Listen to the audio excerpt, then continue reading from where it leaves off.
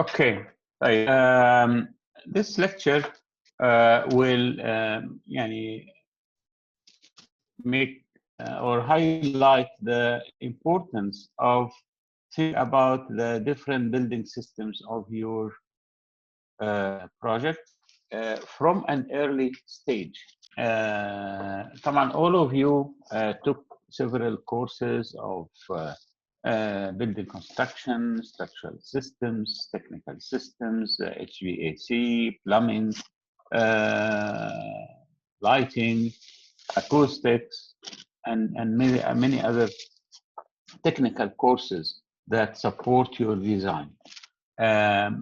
It is recommended that you start to think about these systems from the beginning of it. Don't leave it until the working drawings and then let's think about it. No, you should think about it from an time of your project. So at this stage, you need to think about all the systems that you have and think about it as an important element of your design. I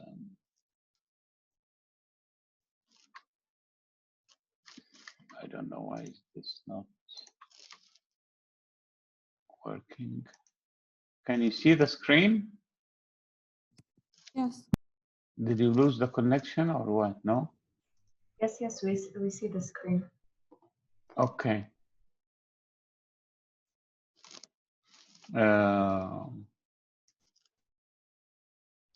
I don't know why it's not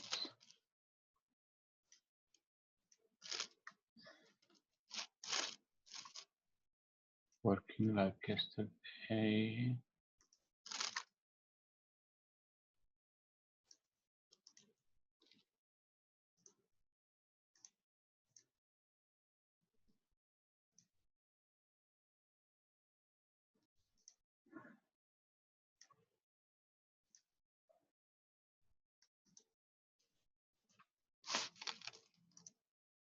Right.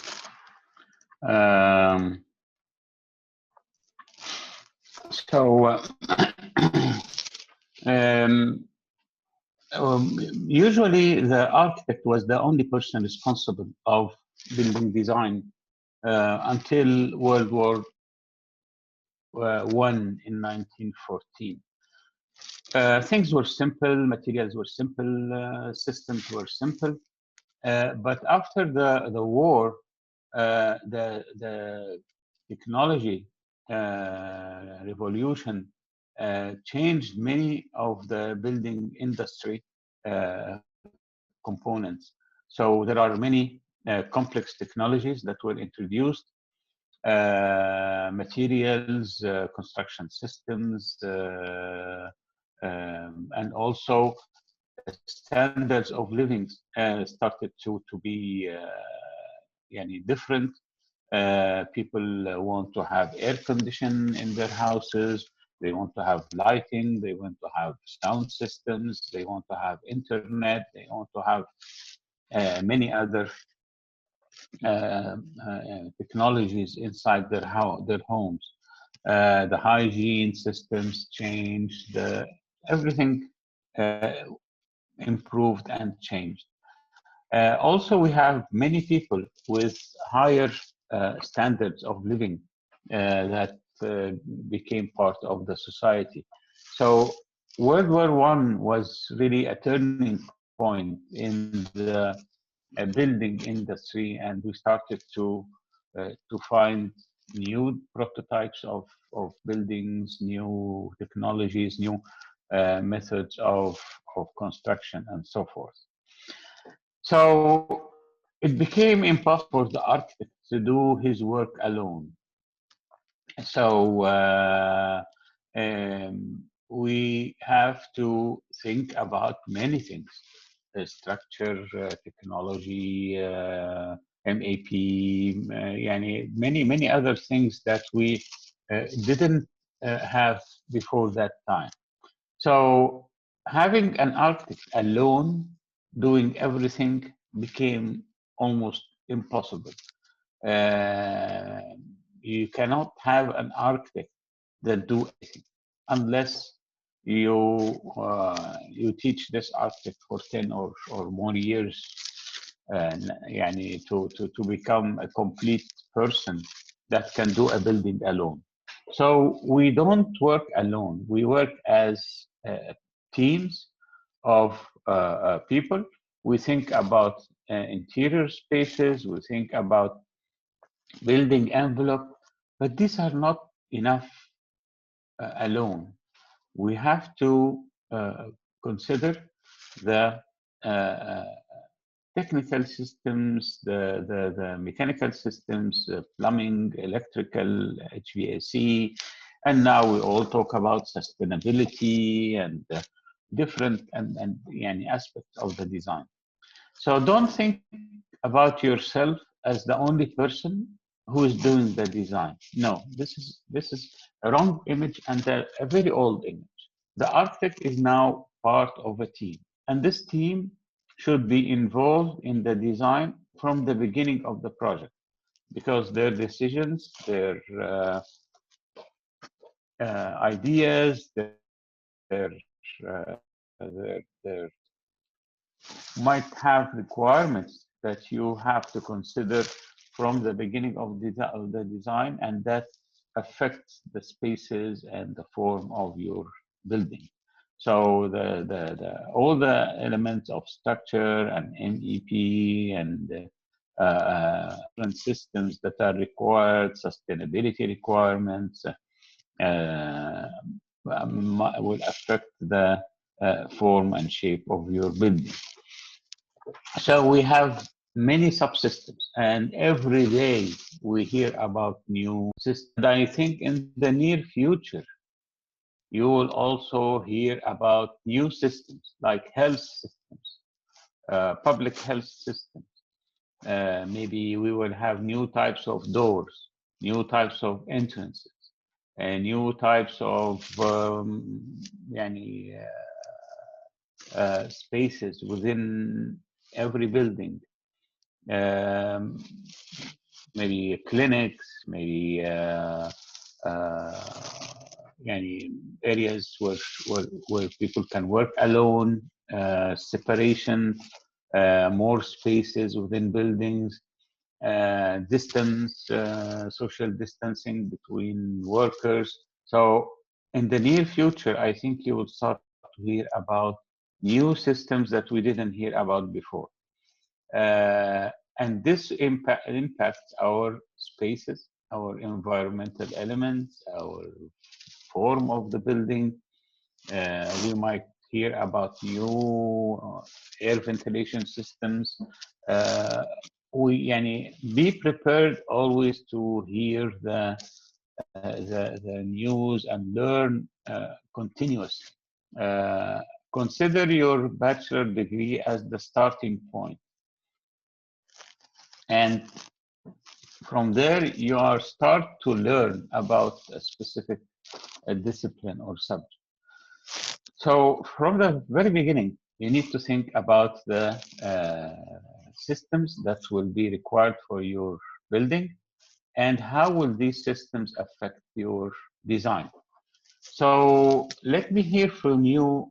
What do you think are the systems that will be required for the artist's house? Mechanical and Well, yeah, be specific. What mechanical? What do you mean by mechanical? The water supplies should be like afforded because they will need it a lot. For Okay, cleaning water supply and HVAC, huh? the HVAC. So, what kind of HVAC are you going to have? Are you going to have a central, or that's what I'm asking. Yeah. Are you going to have central or units within each room, or split in each room? no, hopefully have central. I think Yeah, for Okay. I think for workshops, Yes. because of the odor that might come from the chemicals used or the paint, it might be a separate ventilation system for the workshop only, different from the living space. Okay. Okay, so you might need even the container that they use to do some materials that produce fumes. A hood with a shaft to the air outside. Okay, what else? What items we need in the house? For dancers or singers or musicians, maybe soundproofing systems, like having Okay, so walls. you a soundproof room or walls. Yes. You might need a sound system all over the house so that you can listen to the music in the kitchen, in the bathroom, in the bedroom, in the workspace, in the living room. So you might need a system. Okay, what else? Think about other systems. Light. Plumbing system, light, electricity, electrical. Electricity and lighting and maybe you need some power points, power points, not only regular electricity points. If you have machines, if you have heavy machines that think or making the models, laser cutter, maybe you need high volt machines. Okay, what else? Doctor, also maybe systems that are passive and do not require electricity, such as like the house to be entirely equipped with ramps if he's moving things from certain places.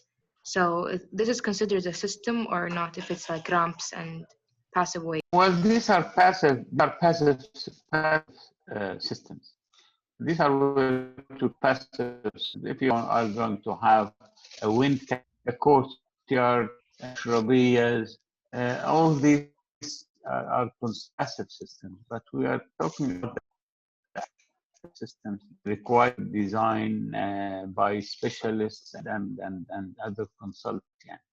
So what about surveillance? Maybe the artist will leave the house for a while and do something and for a couple of days or a week and come back. So you will need surveillance cameras. You will need security system to be installed in the house.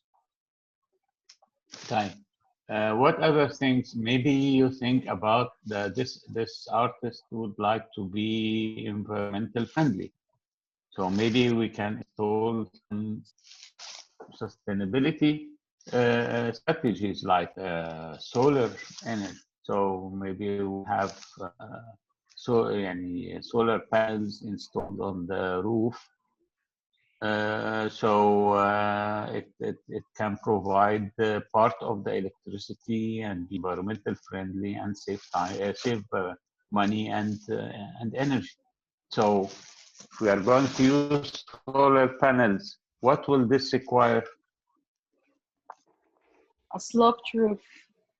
A sloped roof, exactly. What is the angle of the best angle for the sloped roof?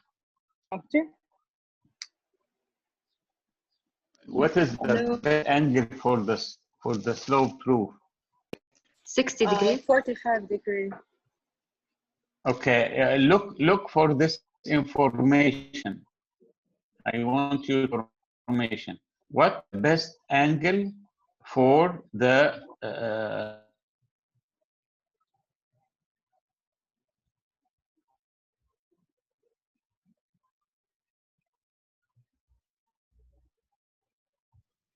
Hello, doctor? We can't hear you. On the solar panel. If it's 30 degrees, so you need to have a inclined roof that is 30 degrees towards the south. So you get the maximum solar exposure for the sun, for the solar panels, right? Hello? Yes, doctor. Hmm. We couldn't hear you because it was a bad connection. Okay. Voice wasn't. Could you please repeat? Yeah, I was saying that if you search for the information and found that in Jeddah, the best orientation of the solar panels is 30 degrees towards the south. Okay, only in Jeddah, right? Yeah, in that region around the world, يعني, because each latitude will require a different angle. Okay. So you need to think about what is the best angle for the solar panels. Supposedly, I think it will be around 30 degrees, 32, 35, something on that range. So if it's 30 degrees towards the south, so you need a large area covered by solar panels. So that will immediately affect the form of the building. So all these decisions taken from early stage will affect the design decisions that you make now. You don't need to wait until the end and then, okay, let's install solar panels, and then you find that it's 30 degrees towards the south. That's why these decisions make you avoid mistakes like these. This is a building that they decided to make a central air condition. So they put the air handling unit in the garden, and they had to bring different machines in. Or this will create, of course, visual pollution exterior. Here we have people who forgot how to provide air conditioning for the building, so they had to install all these compressors. So even for your design of the artist house, if you're going to use split units, so each room will be provided with a compressor and the air supply unit inside the room. How will this impact the design, the interior space, and the exterior form? Are you going just to let it be placed anywhere, or you can design something that covers these units? So because it will create visual pollution and will destroy the design that you spend a lot of time working on. Also from the interior, if you don't provide appropriate place for the air conditioning unit, it will destroy the interior space and create visual pollution inside.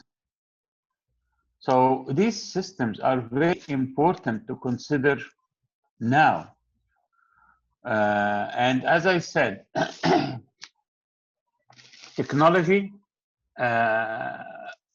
is providing us with materials and systems and products every day. Every day, there are many sites that you can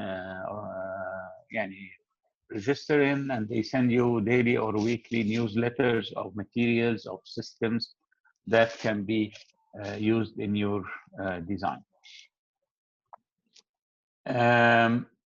So keep learning. Don't think that you will get everything in the university. No, you will get only the ticket to start your journey. This is the purpose of the university. We open the road for you in order for you to learn and continue learning the rest of your life about this particular discipline or subject that you are interested in. So this is not the end. It is the beginning of what you are going to do the rest of your life. The other important thing is teamwork. teamwork in the design, in the building industry is a must. It's unavoidable. Don't think about yourself as the only person on the يعني, that is doing all the systems and design and everything. No, you have to have a team, communicate with the team.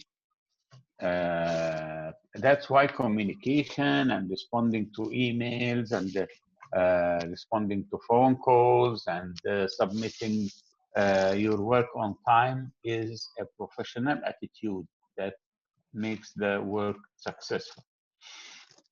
So, as we said, the solution to manage all this amount of information is work. You need to learn how to work in groups, how to communicate, how to attend meetings, how to take meeting notes, how to write correspondence for the group. These are very professional requirements for everyone. Another thing is that we have to think about integrated design, integrated thinking.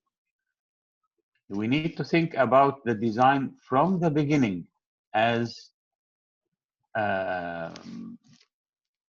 different systems that will be integrated from the beginning of the design so that we avoid any visual pollution, interior or exterior. So don't leave anything for the contractor or for the owner to do later. No, you have to design everything from the beginning, so the end product will be what you already know or want. So integrated systems, what we call building systems integration, the BSI, is the process for the successful design and spaces at the end. So who are the people that are involved in the design of our projects? Of course, we have the architect. We have interior designers who design the interior spaces. We do the interior architecture, and then they continue and do the interior design with us. We have facility managers, those who are going to run the buildings after we finish and start working. We have utility companies, electricity, water, air conditioning, all these. If you have central district cooling, you need also to think about it as a utility. Gas,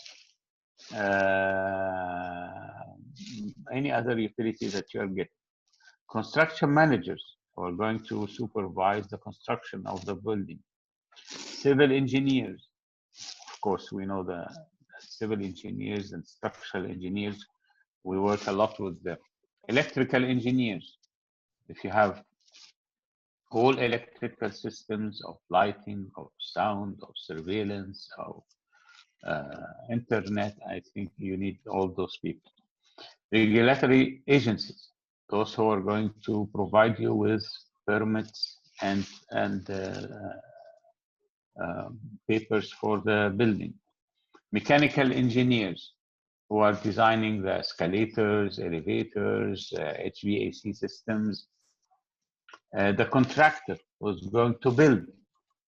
The landscape architect. So we have many and many people, and if the project is more complex, we can have sociologists, anthropologists, archaeologists, psychologists.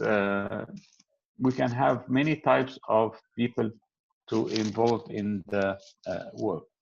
So think about yourself as a team member.